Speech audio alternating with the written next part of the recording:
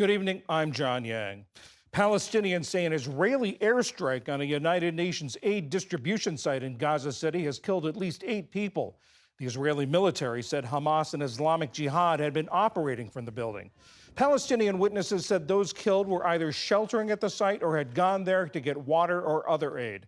It came as Israeli Prime Minister Benjamin Netanyahu doubled down on his complaints about the Biden administration's support.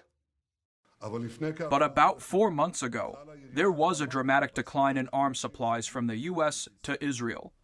Over long weeks, we have turned to our American friends with a request to speed up deliveries.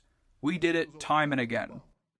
Israeli Defense Minister Yoav Gallant, a Netanyahu rival, is to meet in Washington this week with Biden administration officials.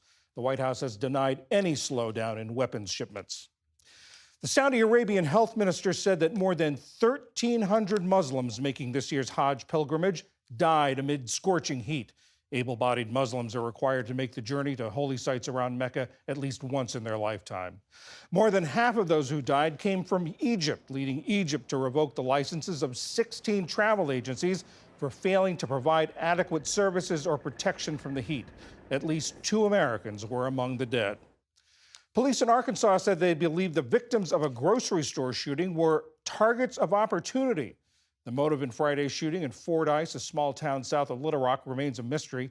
14 people ranging in age from 20 to 81 were shot, 4 of them fatally. The suspect has been charged with capital murder. And star American sprinter Sha'Carri Richardson is headed to the Paris Olympics. Her winning time in last night's women's 100-meter Olympic trials in Eugene, Oregon, was the world's fastest so far this year. In 2020, Richardson won the Olympic trials but was banned from the Tokyo Games after testing positive for THC. Still to come on PBS News Weekend, the search for answers to why pregnancies end in miscarriage, and how one 9th grader is helping restore Mississippi's oyster reefs.